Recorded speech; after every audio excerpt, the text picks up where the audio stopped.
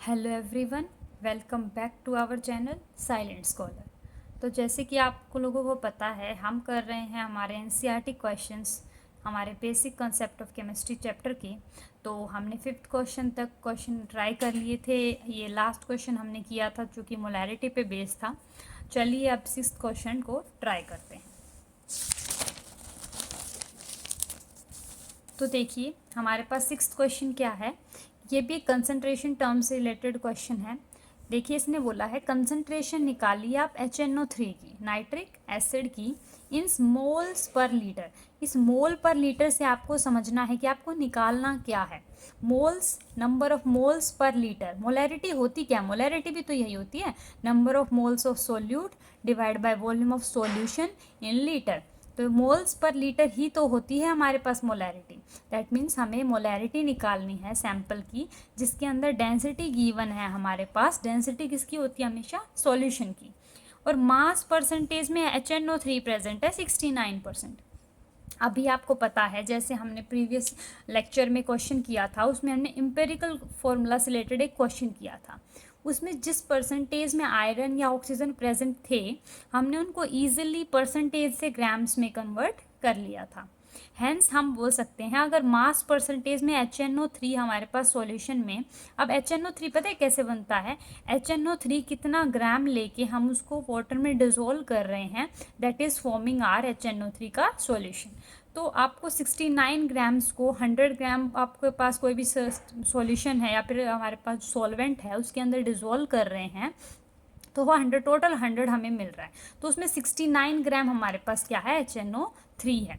तो हमारे पास ये गिवन वेट आ गया किसका? सॉल्यूट का 69 ग्राम्स। और अगर HNO3 का मोलिकुलर मास निकाल लें तो given weight by molecular weight करके नंबर ऑफ मोल्स आ जाएंगे यहाँ से। यानी हमें एक बात यहाँ इस हमें स्टेटमेंट से दो चीज़ें मिल गई हैं, गिवन वेट, मोलिकुलर वेट और नंबर ऑफ मोल्स। क्योंकि मोलैरिटी निकालनी है तो नंबर ऑफ मोल्स भी तो होने चाहिए, पर हमारे पास है क्या नहीं अवेलेबल?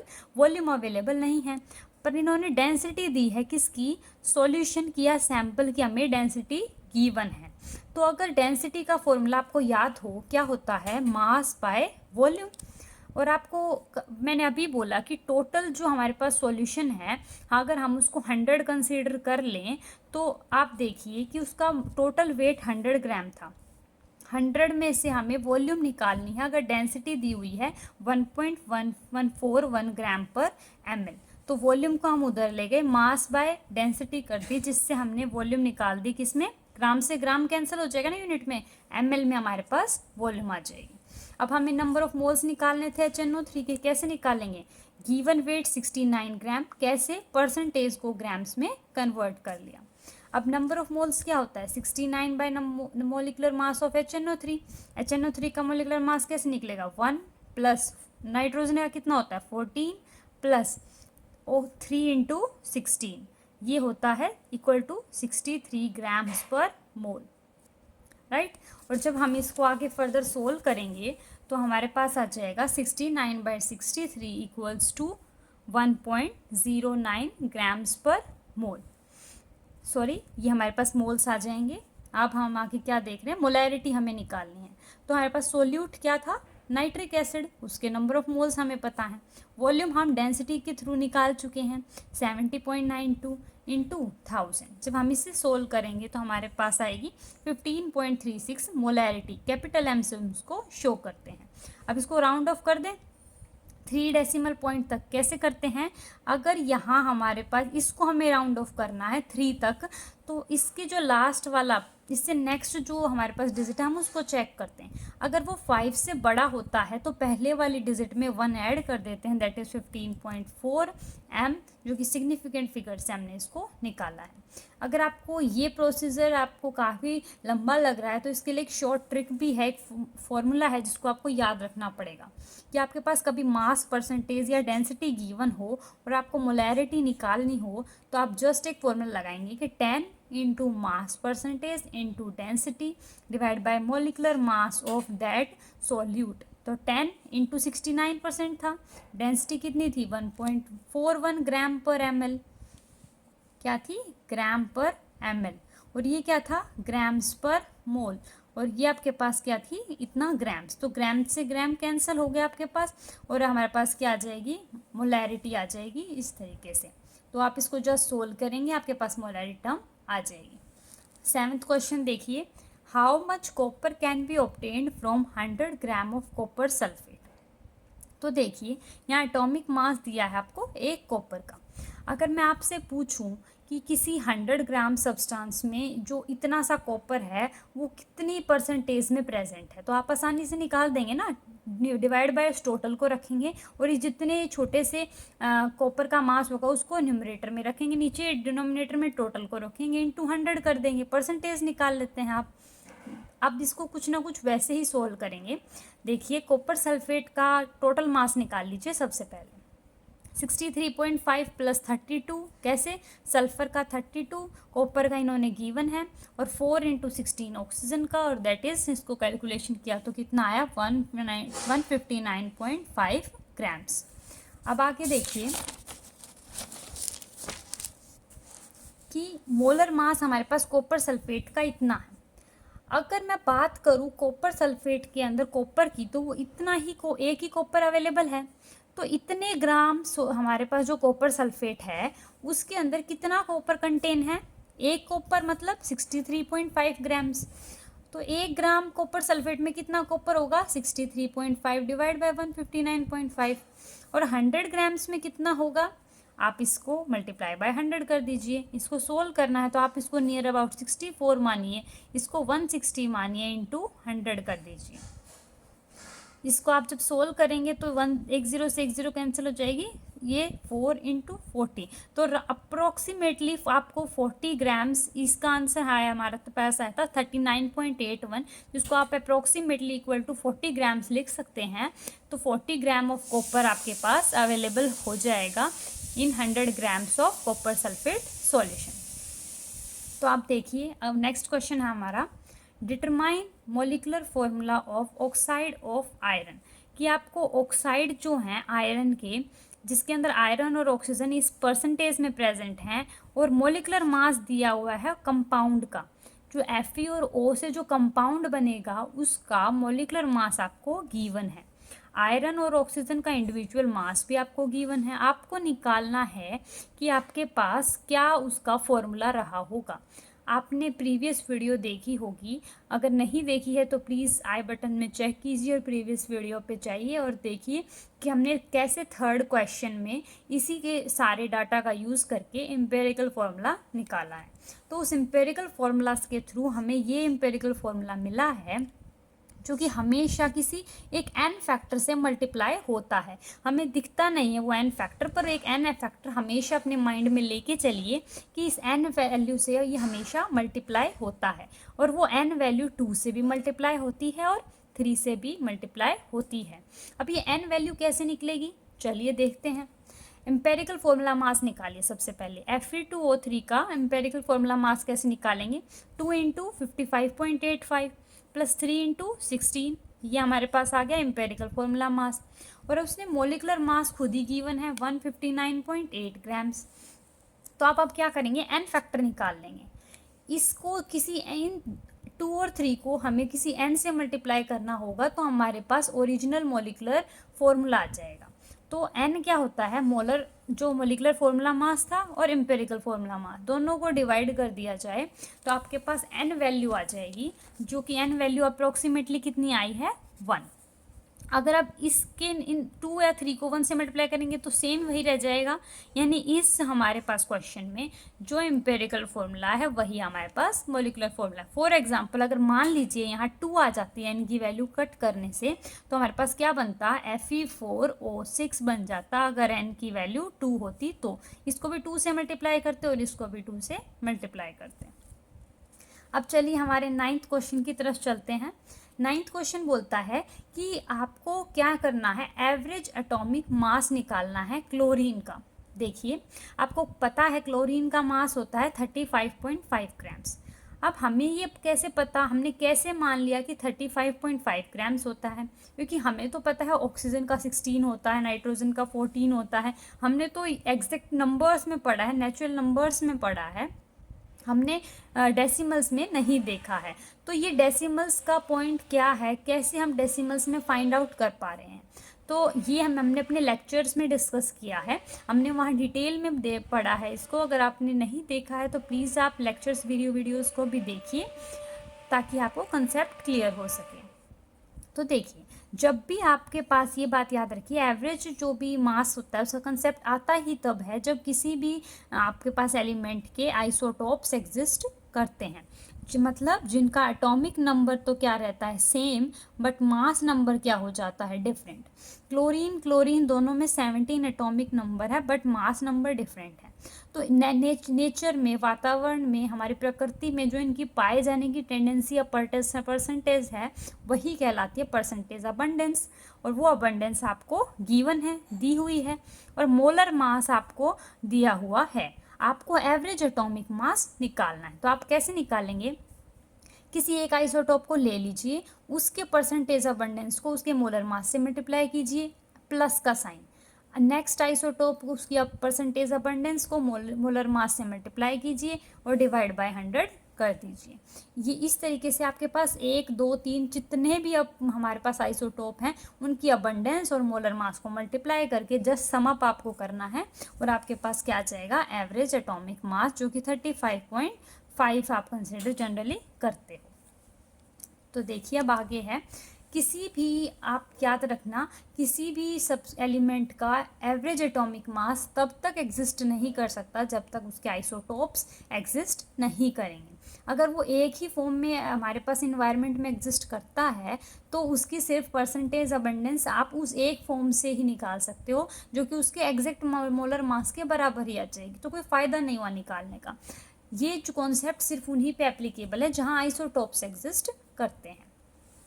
तो देखिए अब 10th क्वेश्चन, ये फिर से स्टाइकियोमेट्री का क्वेश्चन आया है, काफ़ी इंपॉर्टेंट है। तो देखिए 2 कार्बन 3H2 जिससे C2H6 फॉर्म हुआ है। हमारे पास क्वेश्चन में गिवन था कि हमारे पास इथेन का फॉर्मेशन हुआ है। तो इथेन किससे बनेगा, कार्बन से बनेगा और H2 से बनेगा। बाद में हमने इसको क्या कर लिया, बैलेंस कर लिया। देखिए आपके पास गिवन है कि आपको 3 मोल इथेन को प्रोड्यूस कराना है और कैलकुलेट करना है किस किस कंडीशन का यूज़ करके। तो आपको 3 मोल इथेन के प्रोड्यूस करने हैं, तो आपको बताना है कि कितने नंबर ऑफ मोल्स कार्बन के मुझे यूज़ करने होंगे। तो आप देखिए स्टाइकियोमेट्री से आप बता सकते हैं कि 2 मोल कार्बन से 1 मोल जो है हमारे पास C2H6 का प्रोड्यूस हो रहा है। कैसे, आप समझे, स्टाइकियोमेट्री से कि 2 मोल कार्बन से आप 1 मोल C2H6 प्रोड्यूस कर रहे हैं, तो अगर आपको इसके 3 मोल प्रोड्यूस करने हैं तो इसके कितने मोल्स चाहिए होंगे, आपको ये बताना है। तो देखिए आप कैसे करेंगे कि 1 मोल C2H6 के लिए आपको कितने कार्बन के मोल्स की ज़रूरत है, 2 मोल्स की। तो अगर आपको ये 3 मोल प्रोड्यूस करना है तो आपको कितने चाहिए होंगे, मल्टीप्लाई बाय 3 कर दीजिए, 2 3 6, तो आपको 6 मोल कार्बन की ज़रूरत है। Just by using unitary method आपने उसकी स्टाइकियोमेट्री दे के ये बता दिया कि carbon plus 3H2 to form C2H6। अगर इसके मुझे 3 मोल बनाने हैं तो यहाँ पे कितने मोल्स होने चाहिए हैं, 6 मोल्स आपके पास होने चाहिए, तब इसके 3 मोल्स प्रोड्यूस होंगे। हमने जस्ट पे सबसे पहले स्टाइकियोमेट्री देखी, कैसे देखा, इसका 1 मोल इसके 2 मोल से प्रोड्यूस हो रहा है, तो इसके 3 मोल के लिए इसको मल्टीप्लाई बाय 2 कर देंगे, 6 आ जाएगा। अब क्या करना है, number of moles of hydrogen atom निकालने हैं।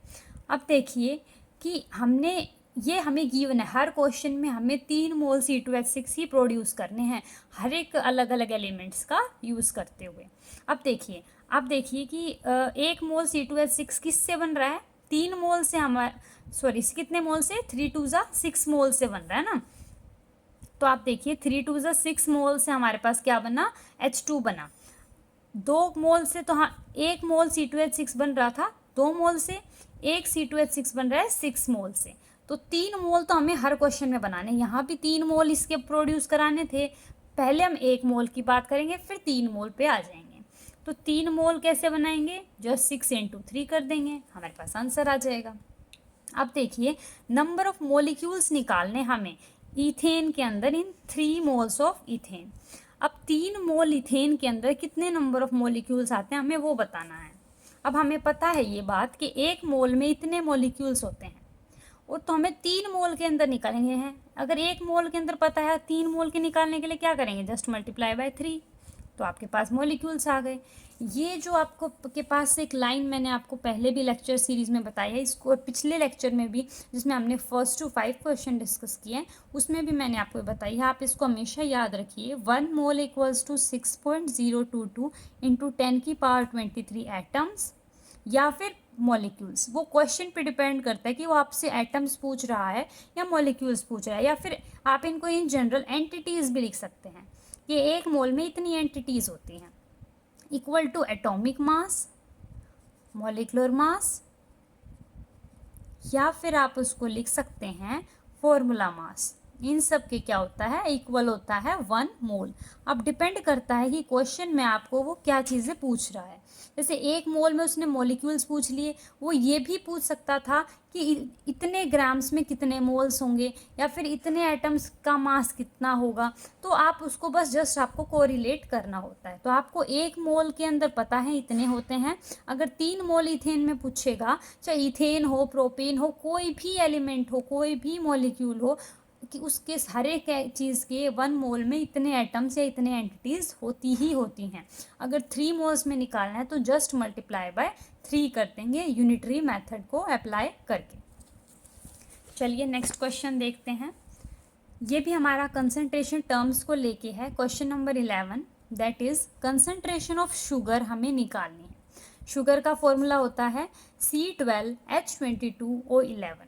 अभी आप बहुत सारे क्वेश्चंस करेंगे तो आपको ग्लूकोज और sugar, nitric acid, sulphuric acid, बहुत सारे जो कंपाउंड्स हैं उनके स्ट्रक्चर, उनके फॉर्मूला आपको ऑलरेडी नोन हो जाएंगे। पर आप यही कोशिश कीजिए कि आपको अगर गिवन नहीं भी है क्वेश्चन में तो आपको पता हो। आगे देखिए कि हमें कंसंट्रेशन निकालिए मोल्स पर लीटर में। देखिए फिर से क्वेश्चन में उसने बोला है मोल्स पर लीटर, डायरेक्टली उसने ये नहीं बोला कि मोलैरिटी निकालिए। पर हमें पता है number of moles by volume of solution in litre is N/V in litre क्या होता है, मोलैरिटी। तो हमें क्या निकालना है क्वेश्चन में, मोलैरिटी। और कैसे निकालनी है, 20 ग्राम शुगर को 2 लीटर सॉल्यूशन बनाने के लिए हमें उसकी मोलैरिटी रही होगी। तो देखिए सबसे पहले हमें ये पता है गिवन वेट दिया है। मोलर वेट कैसे निकालेंगे, 12 इंटू 12, इसका मोलर मास भी 12 होता है, 22 इंटू 1, और ऑक्सीजन का molecular mass 16, 11 into 16, just by simple addition 342 grams per mole. अब नंबर ऑफ मोल्स कैसे निकलेंगे, C12H22O11 के गिवन वेट 20 ग्राम, 342 ग्राम्स पर मोल इसका क्या आ जाएगा, मोलिकुलर वेट। अब ग्राम से ग्राम यूनिट कैंसर, पर मोल का मतलब होता है मोल -1, और पावर जब डिनोमिनेटर से न्यूमरेटर में जाती है तो नेगेटिव होगी तो पॉजिटिव हो जाएगी, पॉजिटिव होगी तो नेगेटिव हो जाएगी। डिनोमिनेटर में जो इसकी यूनिट थी वो -1 थी, ऊपर जाके प्लस हो जाएगी, दैट इज मोल बन जाएगी। तो न मोल्स की टर्म्स में तो हम मोल निकालना चाह रहे हैं, तो हमारे पास जस्ट कैलकुलेशन से पता चला कि 0.058 हमारे पास क्या आ गए, मोल्स आ गए।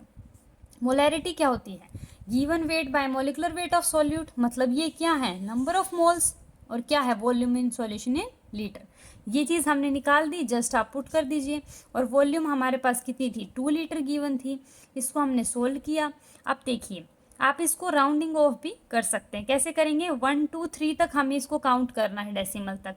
तो ये देखिए 9 जो है 5 से बड़ा है, तो जस्ट इसके आगे वाले नंबर को 1 इंक्रीज कर दीजिए और राउंड ऑफ कर दीजिए, दैट इज 0.03 m।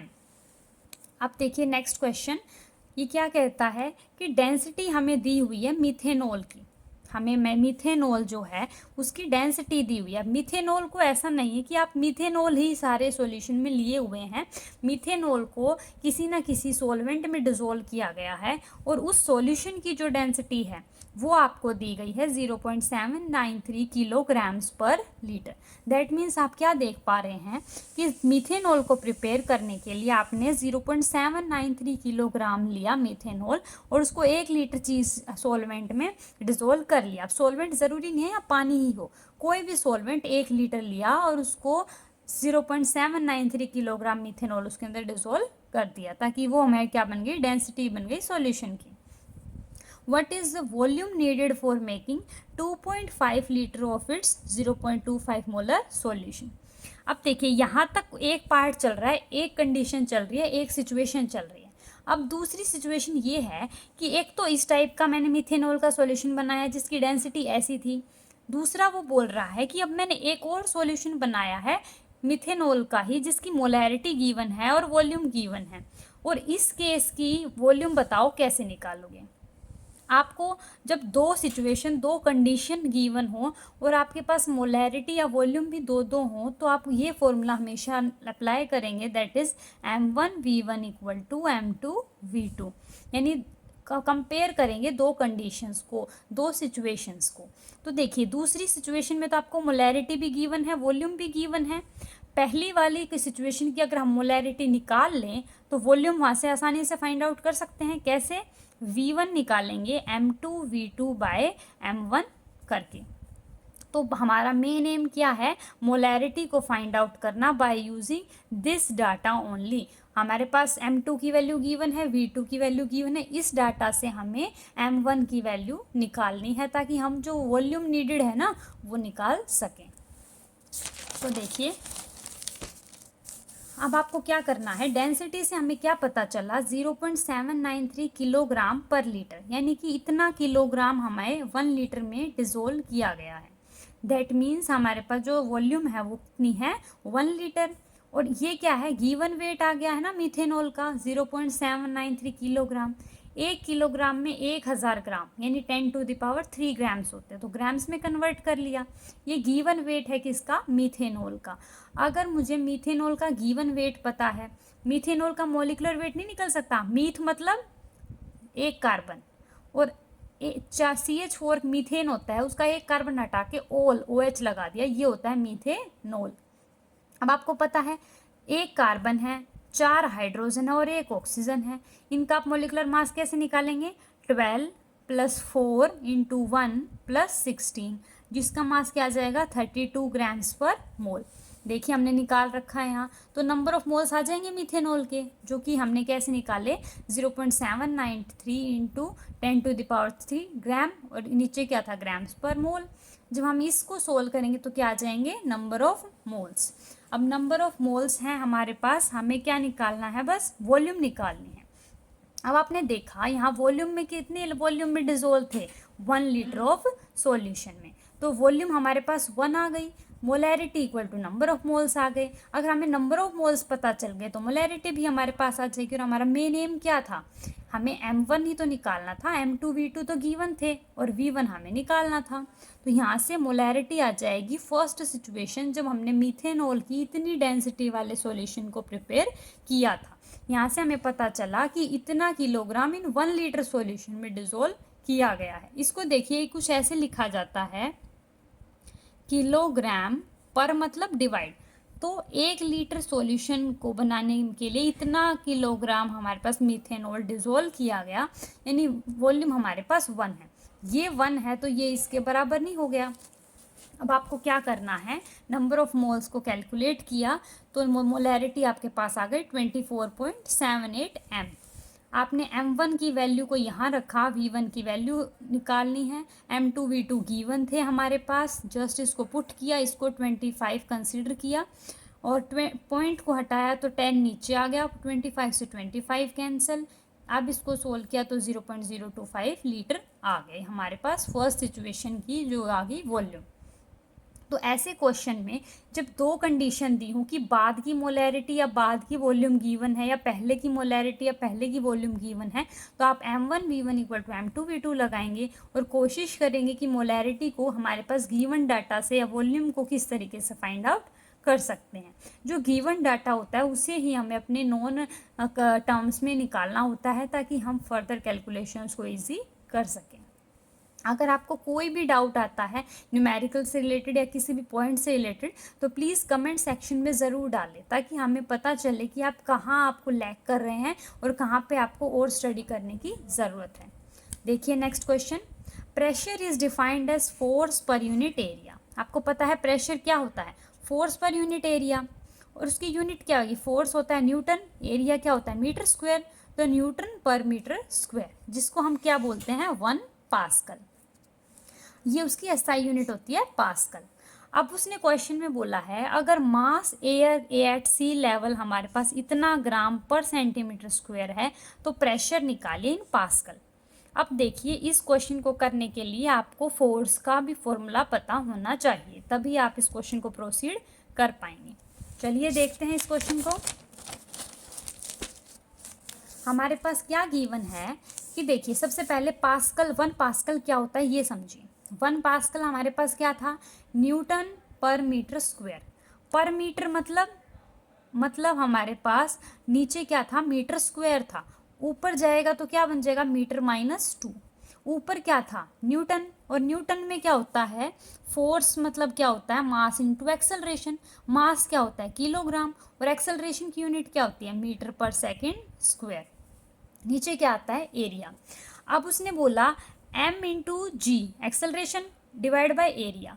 ये हमारे पास गिवन है, क्या गिवन है 1035 ग्राम पर सेंटीमीटर स्क्वायर। आपको अब हमें कैसे पता चला कि वो मास पर यूनिट एरिया की वैल्यू गिवन है। देखिए मास किस में होता है ग्राम्स में, एरिया मीटर में होता है, तो सेंटीमीटर में नहीं हो सकता है। तो सेंटीमीटर की वैल्यू को जब ऊपर लेके गए तभी तो सेंटीमीटर -2 आया। तो हमारे पास ये मास बाय एरिया की वैल्यू क्या गिवन है 1034 ग्राम पर सेंटीमीटर स्क्वायर।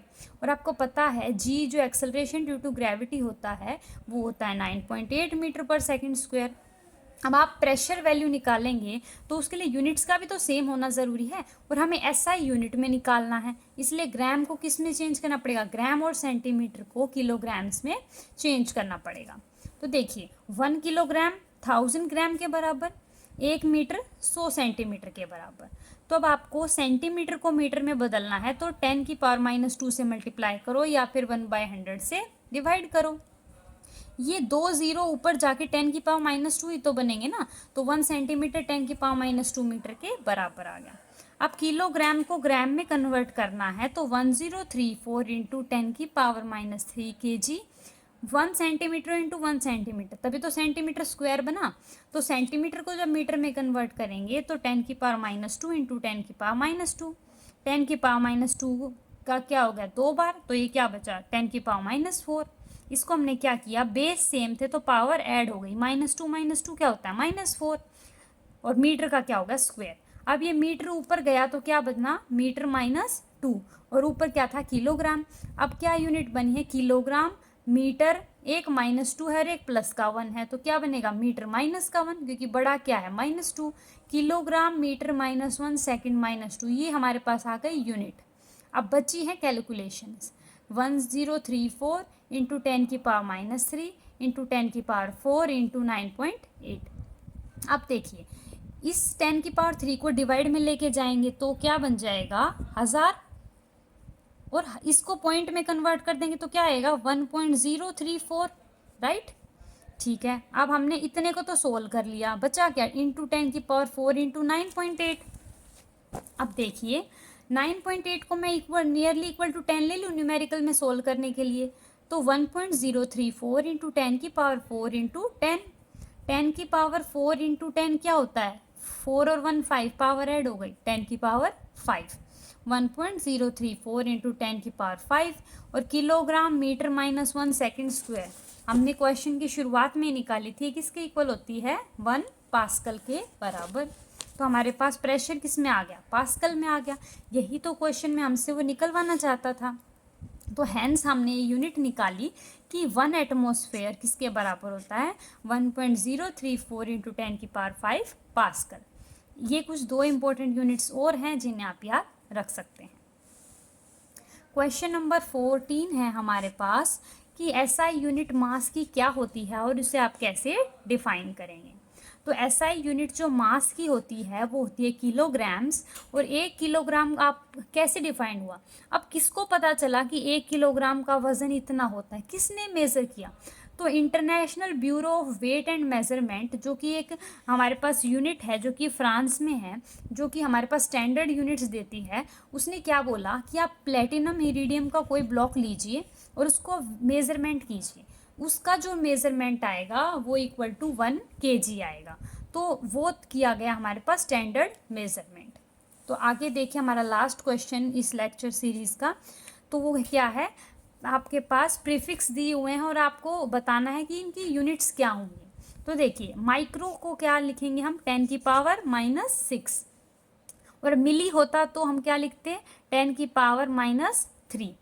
डेका है सिर्फ 10⁻1 लिखिए, मेगा है 10⁻6, गीगा है 10⁻9, फेम्टो है तो 10⁻⁻15। ये कुछ ऐसे हैं, जैसे मैं आपको बोलूँ 1 माइक्रोग्राम, तो मतलब इसका मतलब है माइक्रो मीन्स 10⁻⁻6 इक्वल और ग्राम एज इट इज। और अगर मैं आपको बोलूँ 10 गीगा हर्ट्स, इसका मतलब है गीगा मीन्स होता है 10⁻9 और हर्ट्स को एज इट इज रख दीजिए। हर्ट्स किसकी यूनिट होती है, फ्रीक्वेंसी की। तो बेस सेम है तो पावर ऐड हो जाएंगी, क्या बनेगा 10⁻10 हर्ट्स। तो ये कुछ प्रीफिक्सेस हैं जिनकी हेल्प से हमारे पास न्यूमेरिकल्स में कई बार कन्वर्जन्स आ जाते हैं, जिनको अब हम तभी यूज निकाल सकते हैं जब हमें उनके पता हो कि माइक्रो को आप तोड़ के करके आपको क्या लिखना है, मिली वर्ड का मतलब क्या होता है, मेगा क्या होता है, गीगा क्या होता है। तो आई थिंक आपको ये लेक्चर इंटरेस्टिंग लगा होगा, समझ आया होगा। अगर आपको कोई भी डाउट है तो प्लीज़ कमेंट सेक्शन में ज़रूर बताइए। अभी हमने एनसीईआरटी एग्जाम्पल के 15 क्वेश्चन किए हैं, रिमेनिंग क्वेश्चन को लेक्चर सीरीज़ को कंटिन्यू करेंगे। आप प्लीज़ लेक्चर सीरीज़ को प्यार देते रहिए, लाइक कीजिए, चैनल पे नए हैं तो सब्सक्राइब कीजिए, अपने दोस्तों के साथ इस लेक्चर सीरीज़ को शेयर कीजिए ताकि उन्हें भी एनसीईआरटी के सारे क्वेश्चंस के आंसर्स मिल सके, उनके सारे डाउट्स दूर हो सकें। आई होप आप सबको लेक्चर पसंद आया होगा। Happy learning, thank you.